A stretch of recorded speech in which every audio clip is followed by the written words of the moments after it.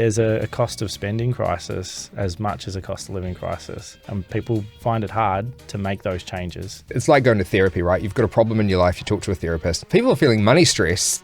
Go and talk to someone and figure out a plan. You're probably flatting, paying 100, 200, 300 bucks a week.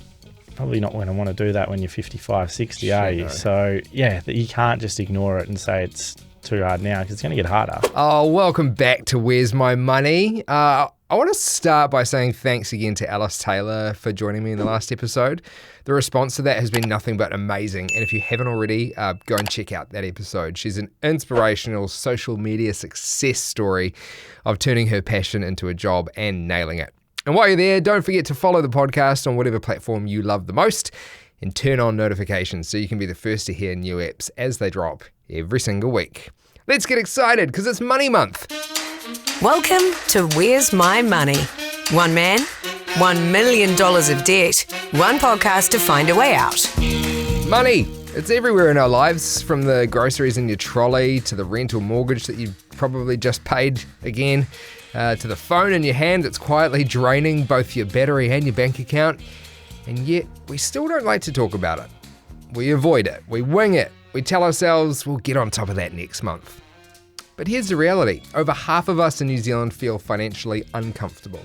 1 in 4 Kiwis are losing sleep over money. 1 in 10 are so distracted by financial stress it's affecting them at work. And nearly a third are weighed down by debt that feels like it's going nowhere fast. So this August, we're marking Money Month with a chance to stop pretending everything's fine and instead take one simple step toward getting sorted. It's not about becoming a millionaire overnight or grinding your life into the ground just to try and get ahead. It's about building financial resilience. It's a word we're going to use a lot today. So when life happens, and trust me, it can, does, and definitely will, you've got something to fall back on. And to kick it all off, I'm joined by someone who's been part of the furniture of Where's My Money since day dot, Justin Gauci from Enable Me. In this episode, we go back to basics. Not just the no savings, no assets basics, but even deeper. What if you're already in the red? What if the rent's due, the car's broken, and your Uber Eats tab is bigger than your bank balance? This one's for you. First though, producer Lockie asked Kiwis on the street what their financial resilience looks like right now. If there's some unexpected expenses that hit you right now, do you feel like you've got a pretty solid safety net to get by? Depends how big the expense is. Well, I've got some money under the bed, actually. I've got about $100 and $500 in the account. At the moment, yes. Depends on how hard I get hit. The smaller ones, yes, big ones, not so much? Yeah, Yep. yeah, I'd say so. I've just got enough to see me by, it's not a lot. Small hits, yeah, I should be fine. If it's a hard enough hit, I could be in trouble. Yeah, definitely. If it's a big hit, definitely be in trouble. I'm staying with our mum at the moment because I'm a contractor as well. In terms of like paying bills, it's fine, but I mean, life is expensive. Well, as expected, it's a mixed bag. So if there's a whole range of preparedness levels out there, who is Money Month actually for? Yeah, look, it's for everyone. So as you said, it's not just for neutral or people with a bit more. There are people in those negative situations where there's more money going out and they're getting further into short-term debt. So it really is for everyone, and it's for the people that are in that situation, that are falling behind, is you can't give up. Yeah. You can't put your head in the sand and think it'll go away. Totally. And we'll get to those messages soon. Why is it that money's such a huge part of life? Because we seem to avoid talking about it properly, which we know because something I've discovered through the podcast is we just don't talk about money. But how is something so monstrously important to us but also so hidden away? It's crazy, isn't it? The difference between how important it is in life, how much we talk about it, how much we're educated in this space as well. Yeah. It doesn't marry up exactly the way it should be. And that's how we get into these, or people get into these situations with great traits or not great traits, is it's just through osmosis, how we develop in those spaces. Yeah. So, yeah, it really is strange, but I think podcasts like this and having financial advisors speak around professional ways to make change on a basic and real life way is one way and a key way to get the message out there. And it alleviates stress. It's like going to therapy, right? You've got a problem in your life, you talk to a therapist and you get it off your chest and you start to feel a bit better about it.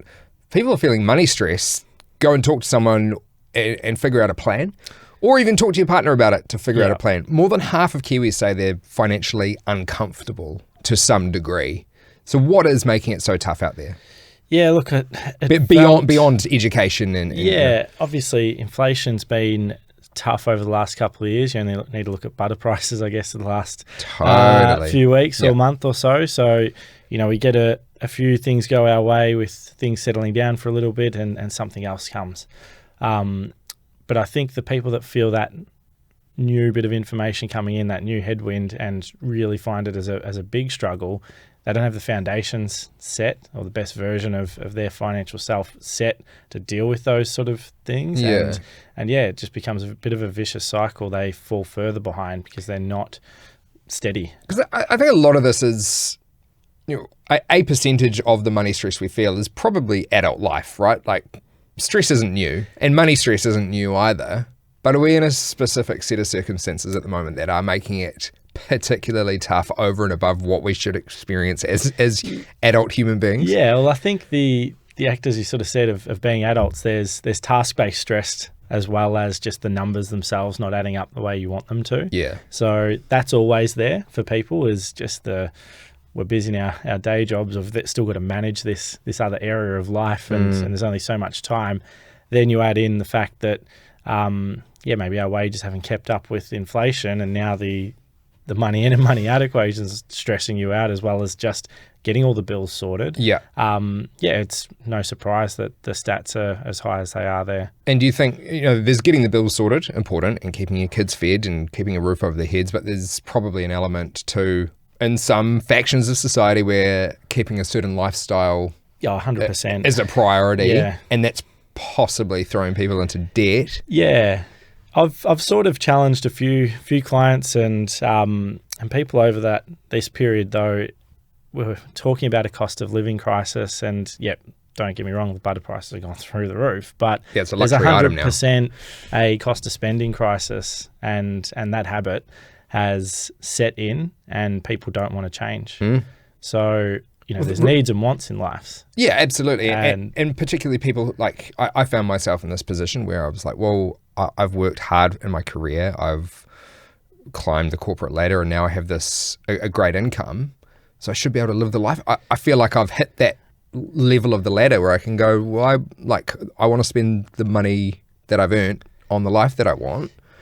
So it's like that feeling of not being able to get ahead to do that is a real grind, eh? Yeah, and people, we're talking all sorts of ends of the spectrums with things, but as interest rates went up, there was a big fixed cost that just went through the roof that we couldn't control, and our income didn't go up by that same amount as the mortgage repayment. Particularly after COVID, when everything was so cheap. Yeah. So we got used to that because you get used to nice things really quickly. Yeah. Yeah. And so if you only had 10 grand a year or 20 grand a year spare, because of all your lifestyle costs and your fixed costs, and suddenly one of those fixed costs went up by 40K, we're going to have to cut back on some of those wants. And that's what I think human behavior struggles with is there's real noise out there and there's real struggles, and it's quite easy to point a finger outwards than look in the mirror and say, what am I actually doing that's costing me as well? And it's maybe semi-controversial and harsh at times to hear that, but there's a cost of spending crisis as much as a cost of living crisis. And people find it hard to make those changes. When we get used to something, it's hard to dial it back a little bit. Particularly if it's going to put you in debt, which we'll touch on debt soon. Okay, so Money Month is all about taking simple steps, right? Yep. It's simple steps to find resilience, to make sure that you are ready for anything that life throws at you. What's a tiny move that's kind of better than doing nothing if people are feeling that stress we've been talking about? Yeah, it's sort of rip off the Band-Aid sort of thing and actually have a look at working out. There's a simple, I guess, equation that everybody can probably work this one out once they hear it, is what is money in minus money out. Just go and look at that for the last 3 months. That is the most simple way of putting it, right? We all can do the calc. Yeah. Get the bank statement, download that CSV file and just see what it is. What have you earned? what have you spent? There's probably AI tools that can do it for you if Oh, you're really 100%. lazy. Yep. There's a heap of tools out there, but even just, the core base level of, we've all got internet banking. What have I earned and spent over the last 3 months, and just see what that equation is. And if it's not in the positive, what can we cut back on? There's a flashing orange light on the dash, right? Yeah. It's interesting. I had a chat with someone yesterday who's younger than me, probably 5-10 years younger than me, in that zone. And I was talking to him about the podcast and, have you considered jumping on with Enable Me or a financial coach, or even just like using a tracking tool to see what your spend's like? Because I watch these kids in the office. I call them kids. They're in their 20s. And they're living awesome social lives. And I'm guilty of having done that exact same thing in their position before. And I asked one of these guys, like, have you tracked your spend? And he goes, I don't want to fucking track my spend. I was like, why not? And he was like, because I know how much I already know how much I spend on stuff like booze, Ubers, dinner out. He just listed all the shit he spends his money on.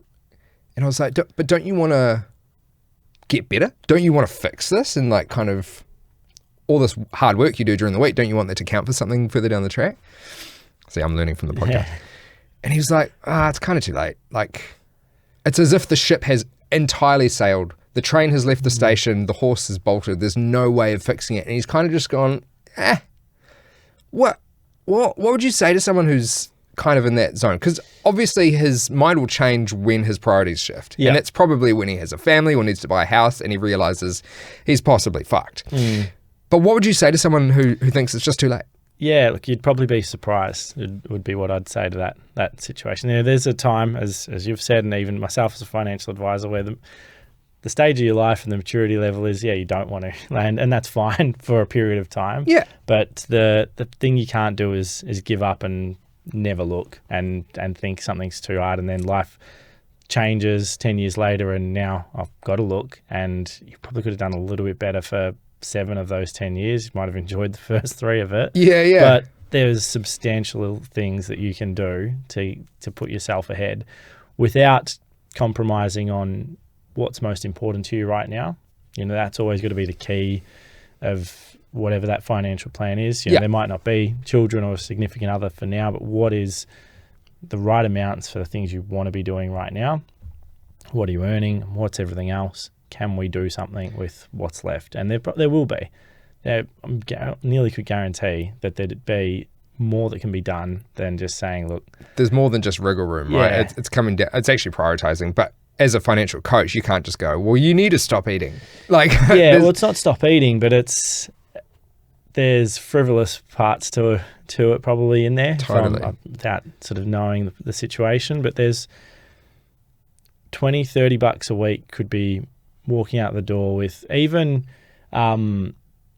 we know ordering on our phones, and I know this from prior sort of roles that I worked on, the menu price is different to when you go in there. 100%. There's a delivery fee, a service fee. All know this. Yeah. It's not a surprise. So we don't even need to cut back on the act of not cooking that meal or starving ourselves. Eating the same thing could cost us $7 or an item less. Then we know as well, we order more when we order on our phones than when we go in. So there's probably another $15. Do that 2-3 times a week. That's $60. Do that 50 weeks a year. That's $3,000. I'm going to make this guy watch this episode of the podcast. It's not about changing the meal or changing slightly that you're not overeating and you leave and throw out a little bit Possibly at the end of there. Over drinking as well. Yeah, but it's when we didn't even get to that stage, you still do what you want there. Just change up that little habit of we order on our phones. So I think I've heard recently about people putting their Uber Eats onto things like Afterpay. Craziest things you can. Yeah, it's just nuts, and it comes a lot down to mindset of I'm stuffed. I'm thinking that in your 20s and 30s of life's hard, I'm stuffed forever. If you think like that, you know how stuffed you're going to be when you're 60. Hard out. It's not the mindset to take through the next period of life of just ignoring. Because retirement does seem so inexplicably far away as a 20-something-year-old. Yeah. That you kind of just write it off. You write it off. You're probably flatting, paying $100, $200, $300 a week. probably not going to want to do that when you're 55, 60, are you? no. So, yeah, you can't just ignore it and say it's too hard now because it's going to get harder. Yeah. The costs on the boring stuff are going to go up. So you've got to start. And I'd say for a lot of, people in that early sort of stage in their 20s, it's not even about cutting out the fun. It's just be a bit smarter with how we do it. Like you said, those little things do add up. And it's not to say, like, it comes back to the stop having takeaway coffees or stop having avocado on toast, but it's just tiny steps that can make you feel better. And the second you see progress, it feels a little bit better, and that can snowball. And I think it's the snowball thing, as you said there. It's not even starting with cutting back. It's just being smarter with how we do it. Yeah. Stop being lazy with and I know it's harder in winter, but get in the car, pick it up. Hard out. Do the little bits. Then you'll see the progress. Then you'll do the other bits of, okay, the 7 lots of takeaway a week, let's make it 5. And there's another few grand. And then it's the 2 coffees bought to 1 coffee bought a day. Yep. Suddenly there's another couple of grand. And before you know it, there's 10 grand just with little habits and little wins. Yeah. And you approach them not as, I need to get from where I am to 10 grand. So these little things will all add up to that. And for the first few months, it's just this. I want to get this guy on the podcast. I actually want to track his spend and get someone to, blow that out to a 12-month model and be like, this is what you are pissing away each week. Yeah. This is what you could have in a year's time. Yeah, get us back in. We'll have some fun with that. Hard out. Sure. All right. So in his position or someone similar, someone, it doesn't even need to be in your 20s pissing your money away. It might just be someone who's, at ground zero constantly. You got no savings, the rent's due, the car's broken. What are the first levers to pull if we're really in that emergency money mode? If you're in that emergency money mode, you need to get head out of the sand and understand what life costs. Yeah. You need to think about the car's going to need probably $1,000 a year of maintenance, and build up what your life costs on an annual basis, and need to work out how you can get 3 months buffer. That's sort of and it's not going to be easy, and it's not going to happen overnight, but you need to identify what you need to hit so you don't just stay in an endless trap. Yeah. In the interim, you're going to have to find ways to really dial back because you don't have that yet. So, really trying to speed up to get to that 3 months buffer might mean cutting that a little bit here and there. Finding maybe some side hustle stuff, or increasing the income side of that equation too, and doing everything you can to avoid going into short-term debt, credit cards, buy now, pay laters, personal loans and whatnot. And if it's heading down that path, it's probably talking to professionals around it's so easy to get into debt now. So easy to get into it. And it's promoted to us. It's advertised to us as a good thing. Ah, yes, short-term debt, shiny credit cards, buy now, pay later, personal loans with stunning interest rates of only 28%. We're bombarded with ways to access money when we really need it. I was keen to take a snapshot of what kind of debt situations Kiwis are actually in right now. So Lockie took it to the streets once more to see if people have got debt, are they ready to pay it off? No short-term, long-term, yes. I don't have any short-term loans, no. Yeah, I've got a little bit left on my vehicle finance. I think that's pretty much the only debt. Yeah. You both rent, you don't own property? I kind of have a property. She does. Yeah, I do. Yeah. But I was renting, and it's just, that's mad. I'd rather pay myself with a mortgage than pay someone else for rent, especially when it's a shoebox in Auckland. And you feel comfortable in being able to pay that off? Oh, yeah. That one's manageable, yeah. So it's out there. Either the marketing works, we need to pull these levers more than we think, or a bit of both. So should we be using these products as safety nets, backups, or avoiding them at all costs? Justin makes a good point. We get help with getting into good debt, so why not get help when we go into bad debt? We don't just go out and buy a random house like we've rolled a 5 and it's Monopoly and we just put a little bit of money over. We get professional advice with that. If we're falling into the fact that we're going to need some short-term debt, get some financial advice around the best ways to do it. That was going to be my next question around, that short-term debt idea, credit cards, personal loans. So you're saying that shouldn't be on the list at all? Or it might have to be. But go there with a professional. With a plan, yeah. So don't just sign up. unfortunately, it can't just be all, I've got great intentions and suddenly it's just going to fall my way. Like sometimes there is circumstances that fall backwards, especially when we're building that buffer. And I say a lot to people that are in short-term debt too that I work with of, great, we want to get it gone. I'd rather get it gone in 5 months and we never go back than in 2 months. And in month 3, you get hit with something and there's nothing else to fall back on. Yeah. Because that's how life will throw it and you'll get demotivated and give up again. Because just like the progress can snowball, this is probably way easier to snowball. Yeah. Right? Yeah. So it's doing it, and this is what I said about doing it strategically. We do it with mortgages and bigger debts, but doing it with the short-term debts that we do have, having a plan, because we can go, and I've seen so many people in this situation, 3 or 4 credit cards or buy now, pay laters and personal loans. 3 or 4, they went so hard, lived off next to nothing, and then, a dryer went or a car needed something 3 days after that. And then 4 became 6 short-term debts, and they come back to us 3 years after the fact, and now there's 8. And you're like, well, okay, we've got a lot to unwind here, where realistically at that point 1 where they really tried, they probably should have been putting some away for the dryer, so they never needed to go back and add another debt in. There's multiple layers to the response. Yeah, I'd say it's just getting that. It's hard. You go into that short-term debt decision probably with a bit of shame and pressure around needing to do it, that talking about it feels even harder. Particularly when buying a home, you're like, oh, this is a great thing to do. I'll get professional advice. I'm achieving something. And then this one's like, I suck. Why would I want to talk about this? And it's really is probably more important, I'd say, or just as. Yeah. And it just comes from probably that shame piece of I'm getting debt because I can't even see what it is that I've accumulated. Well, it's debt to fix a problem rather than debt to get something you want. Like people are probably quite happy to pick up a credit card and buy the shoes because sweet. Yeah. But when it's like it's fixing a problem like the car shit itself and unexpected, that's when that guilt and shame probably arises. What, for you personally, as someone who's coached people through these kind of problems, what money habit has made the biggest difference for you personally? Like you must be pretty, you'd hope that you can walk the walk as a financial coach or a strategist. What's the biggest difference that something's made in your life in terms of money habits or tools? Yeah, I think realistically it's just understanding that we're not robots. We've got our own version of what we need to have as important in our own financial plans.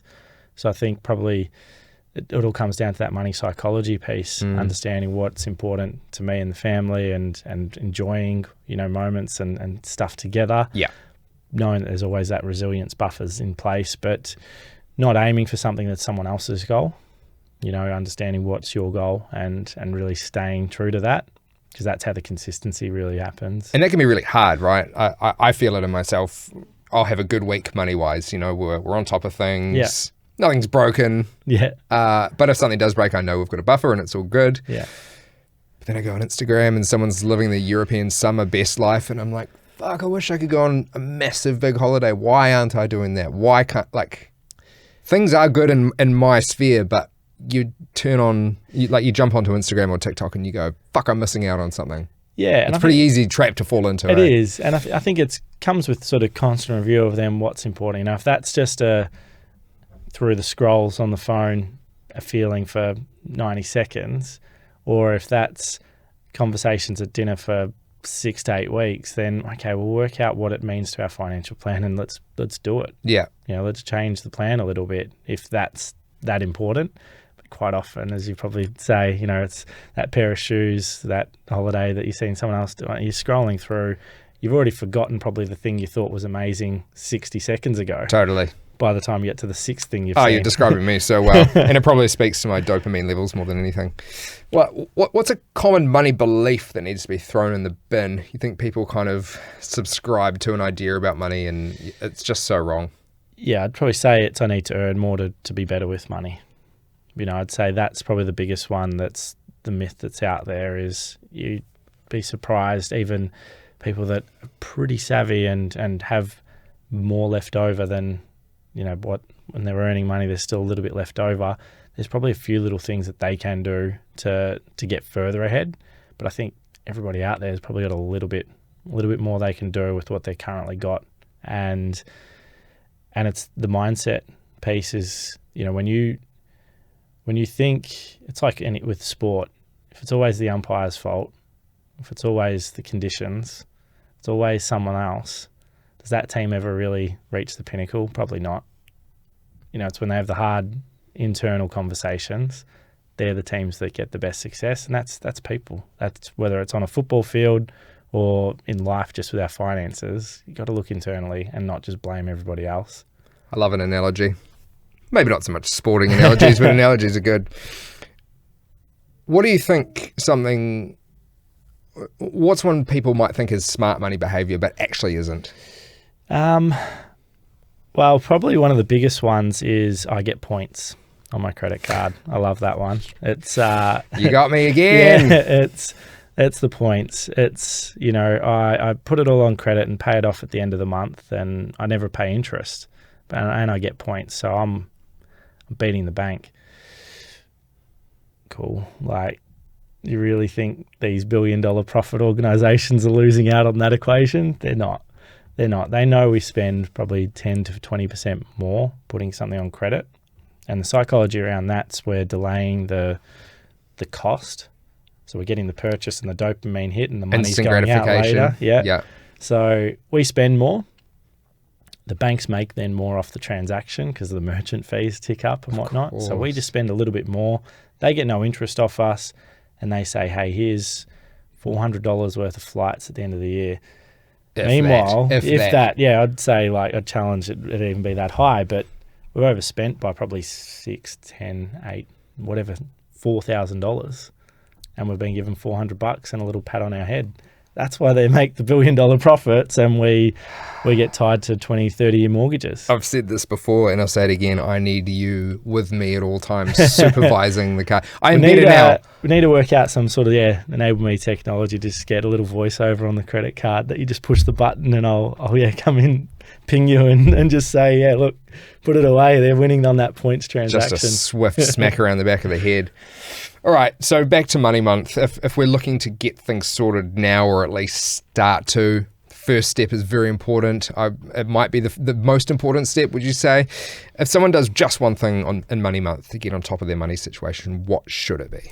Yeah, I think it is sort of take that internal look, take that look at what it has been for the last 3 months, and that's the starting point. That's ground zero. What are we going to improve on from that? But you can't improve if you don't know what it is, what we're starting with. Yeah. So I'd say that very first thing is take that sort of brave step to look at what we've spent, how we've gone for 3 months, and say, and probably don't be too self-critical. You're looking backwards. Doesn't mean that's what you have to do forever going forwards. It's just what are we starting on? And I think do it in a positive frame of mind of, I'm going to be better than this. I'm getting it sorted. I'm actually fixing this, or at least starting the journey to fixing it. I think a lot of people do listen to the podcast for that kind of, they want an instant fix. And it's not going to be an instant fix. Nothing but it's a is step one. It's probably do it, hit that download, work out how you're going to get the data into that simple look of money in versus money out, and say to yourself, whatever the outcome of this equation is going to be, it's going to be better in 12 months. Yeah. How long do you think it actually takes to get that feeling of progress, realistically, for the average Kiwi? Probably, I'd say you'd start to feel some of the progress in the first 6 weeks. 6 weeks. Yeah. That's 1, maybe 2 pays from work. Material and consistent progress from probably 3 months of it. Yeah. So it doesn't mean we're going to be consistently ahead once you're on top for 6, but you can start to see some benefits that quickly, and then the habits probably tie in once we've done it for 3 months. And like I said, it's look at what it is as a starting point, but say to yourself, I'm going to be better in 12 months in this equation anyway. If there's a couple $100 a month, you multiply that by 12, you've got $2,500 at the end of a year, which you could either have or just have zero. Yeah. Am I right in saying you should ask yourself, in 12 months' time, would you rather have what seems like a tiny amount of money multiplied by 12, or just absolutely zero because you didn't start? Yeah, well, if you don't start, when I said you look at that equation and say, I'm going to be better in 12 months, well, if you don't do it, if you don't start, are you going to be better in 12 months? Probably not. Even if you got a pay rise, you're just going to spend it.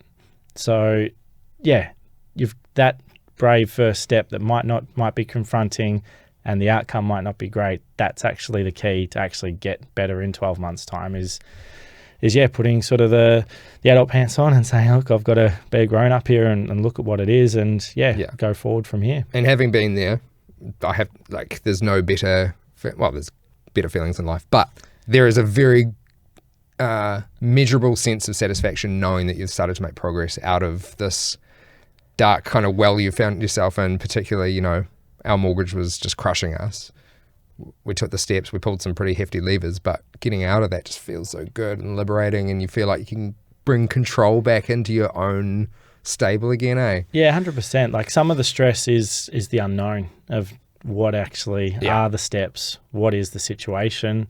We talked about before that money stress. There's the tasks, there's I'm going backwards, but it's also the path forward so unknown when you don't actually start on anything. And that just, it's like when you can't sleep at night, it starts on one thought and becomes 50 thoughts away. Man. And it's like that with money. Don't get me wrong, I still have those nights, but they used to be they were every week for a while there, and now it's few and far between. And if you can start to, again, it's all about taking control back, and that resilience prevents those thoughts because you know that you're covered in the event of something going wrong. The dryer shits itself, the car shits itself, interest rates go up, groceries are fucking expensive, that goes up again. You've got it. Yeah. You've got sort of, levers to pull, things to fall back on, because at the moment, if we don't, we're just getting stuck further and further in financial quicksand and short-term debt. One final point, going back to the guy I was chatting to yesterday who had just given up on himself. I said, would you ever get help? And he said, I don't want someone else looking at my expenses. It's way too embarrassing. What would you say to that? Yeah, I think it's important who it is that you're talking to in that space, and from ideally not a loan shark. Yeah, not a loan shark. Probably not sort of your mate that might encourage the behaviours and whatnot as well. But also probably not being someone that has that personal connection where it's professional advice here around what you've got to be able to do. And it's understanding if you don't do anything, what's going to change, you know, and we can't go on doing that for 20, 30 years. You might be thinking in the now, but you've got to do some things now to set yourself up for 5 years later. And this isn't about making big moves. This is just about self-awareness in this space. Tiny moves that stack up. You could probably gave a more professional response to that question. My response was, if you went to enable me, you wouldn't be the worst they've seen. Oh, and that's the other thing. Like we've seen it all. There's someone worse than you. Seen it all before, and we see it all with no judgment because it's our day jobs. We've got to understand that we take a real calculated approach to it. It's money in and money out. What it is, we'll call out sort of the benchmarks of what's we should be aiming for and what's the extreme ends of it. And you might be well beyond the extreme end of it. We'll call that out. But whether that's clothes, whether it's Uber Eats, whether it's, you've got 5 cars and you can only drive one of them and it's a heap of car insurance, whatever it is, we look at it in the same way of, okay, this is hurting that equation. So money in, money out. What it is. I'd say that's probably the other thing that we naturally feel that shame or that judgment piece on the item or the name of where the money's going, whereas we just look at it as simple numbers. Money in, money out, categories, how do we clean it up? Do you, when you get a client in like that and you see a particularly challenging case, do you see it as quite a good challenge for you to try and crunch the numbers, or a game to try and really find a good way out for this person? Well, I think the first thing is we don't know, or people on the other side of the desk don't know what these benchmarks even are. Yeah. They don't know that they're spending 3 times the average on something. So I think it starts there around the reaction to hear that and then unpacking from there how we're going to improve to get back to maybe, and I don't want to set anything unrealistic for someone who might be spending 3 times the average per week on food and drink. No. Just say, okay, cool, you can spend 20% more, 30% more than the average of the upper end of an average, and be like, that's still $300 a week less Still than you are now. yeah, it's That's still 15 progress. grand a year less than. I had an exact couple the other day that were, probably $750 a week above the average. On what? On food? Yep. Holy Yep. shit. 750 a week? A week above the average. So I said, look, we don't even need to get you to average. Let's get you to $250 a week above the average, and that's still $500 a week. Now, we're not getting there 6 months later. We're over what I've set them, but we're $320 a week less than they were doing previously. What is that month? That's 20K a year. So it's about 15, 20K. Yeah. So it's just hearing the stuff for them. They knew it a little bit. They knew. You always know it. Yeah. People say they don't know what they're spending and what they're like. They do. Yeah, and this you really do in your heart. For them, it was hearing it, and actually for them, they enjoyed cooking, but they were never cooking. But to actually hear and to say to them, look, there's over 25, 30 grand above average on food that we're spending. Let's improve it. And we've only improved it by 15 of the 30 that I've set for them. But imagine if they max out on that. Yeah. And you're saving, you could go on a $15,000 holiday and have 10K left over. Yeah, it was huge. These things compound to be massive. So their 28-year mortgage got it down to 13. They're on track for 16 years. Oh. So it's just crazy. But for them, it was to actually hear that and say, okay, well, what does that mean then for us? Okay, we've got to get a bit more organised. They were busy in their daily lives. There's something about hearing it from someone else. Hearing it from someone else. They were probably 40 plus transactions a week for meals, because literally every meal was a text message 2 minutes before dinner time or lunch, or didn't take. I get it. Get it. We're busy, but for them, they actually enjoyed cooking as well. So I was like, let's get a bit of a plan in place to do some meals together at home and actually spend quality time, and all these other sort of intangible pieces to it came from it as well. But it just came from a bit of structure and actually hearing, shit, we are that much above what we should be spending in this area. And I guess you just get used to it. Yeah. You become desensitized to what's normal, what's not, because it becomes it's just every day. Tuesday. Yeah. It's just whatever, it's just another Tuesday. It's just. And if the money's there. And that's the thing, they were good earners, but they're like, why do we have nothing really left over to show for it? 30 grand. Because they're living D-life. Yeah. And not thinking about D-life in 10 years. And that's the little bits sort of they're on the extreme earning and spending side of it. But then back to the person you spoke to recently around it's too hard it's a minor thing. That's the extreme. Yeah. It's probably a little version of that can get maybe a quarter of that improvement. That's relevant to your situation. So, I think going back to your question around the challenge, it's seeing the reaction and seeing what levers to have the conversation around how do we actually improve that thing, because you can't just say, look, you're 30K over. It's what's next? Yeah. What are the structures? What are the motivating ways to get you from here to here? And we got you to here. Cool. Now let's get this and work with it, because that's what you're going to be able to actually achieve ongoing. This is what you were doing, and it was ending in not a great feeling, because they were super hard workers, super high earners, and just had nothing left to show for it. Yeah. Yeah. Money month, let's build resilience, take those baby steps. Lots of free things online to help too, right? You don't need to pay someone to help you just yet. I think so, yeah. If you are in that precarious sort of spot, as I said, if you're getting probably further down into the debts or got a mountain of debts, probably is worth talking to someone. But if it's a little bit more of that neutral position of, well, why would I don't want to have to pay for things, don't ignore it still. There's free tools out there. There's, with Sorted, there's budget tools. That your bank statement's a free tool. So starting with that look. Your eyes and your brain and a calculator. Yeah. Put a bit of time into it. That's about it. So you can start with some free things if you are around that neutral spot. If you're spiraling and got mountains of debt, it probably is worth talking to someone, because that quicksand can keep you there for a long time and gets worse. And that goal is 3 months. 3 months of buffer to get you through whatever life might throw at you, right? Yeah, and that could take, for some people, 2 years to get there. So don't be afraid of the fact of what that number might need to be and how long it might take to get there. If you don't start, you're never going to get there. Totally. Great tips from Justin today. If you're feeling behind, overwhelmed, or like you've already failed, you haven't. Everyone starts somewhere, and the first step isn't glamorous. It can be pretty gritty, but it can also be really powerful. I've been there, trust me. Maybe today's the day you open up your banking app without flinching. Maybe it's the day you finally admit things are tight and decide to do something about it.